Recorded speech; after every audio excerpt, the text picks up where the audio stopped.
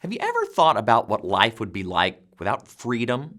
What if you didn't have the freedom to choose where you were going to live or the career that you might have? What if you didn't have the freedom to select the people who would govern you or the freedom to worship according to the dictates of your conscience? I think we can all agree that life without freedom would be pretty hard.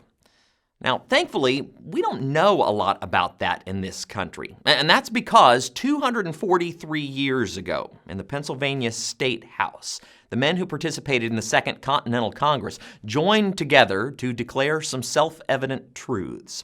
They declared that all men are created equal, that we are endowed by our Creator with certain unalienable rights, that among these are life, liberty, and the pursuit of happiness.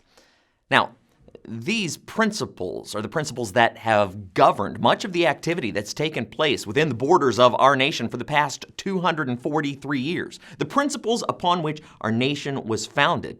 And it's these principles that we're preparing to celebrate as a nation.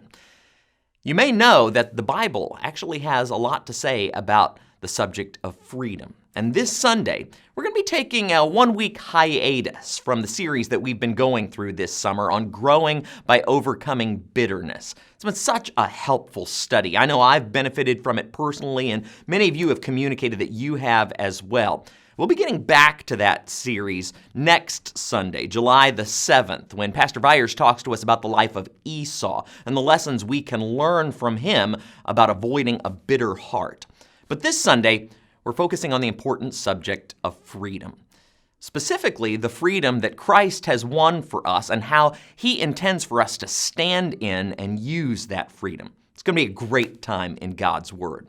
This Sunday is also the date of our annual community picnic at our Faith East campus. There's going to be a free meal, all kinds of tasty treats from local food trucks that you could purchase. There's going to be free games and activities for both adults and kids. Great opportunity to rub shoulders with our neighbors. It's going to be a blast. And I hope that you will plan to be there and that you'll also invite someone to join us. And when you come, would you please look for someone that you don't know, someone with whom you could get into a conversation?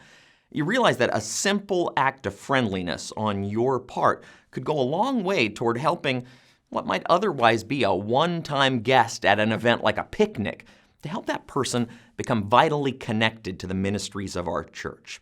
Really looking forward to being with you this Sunday.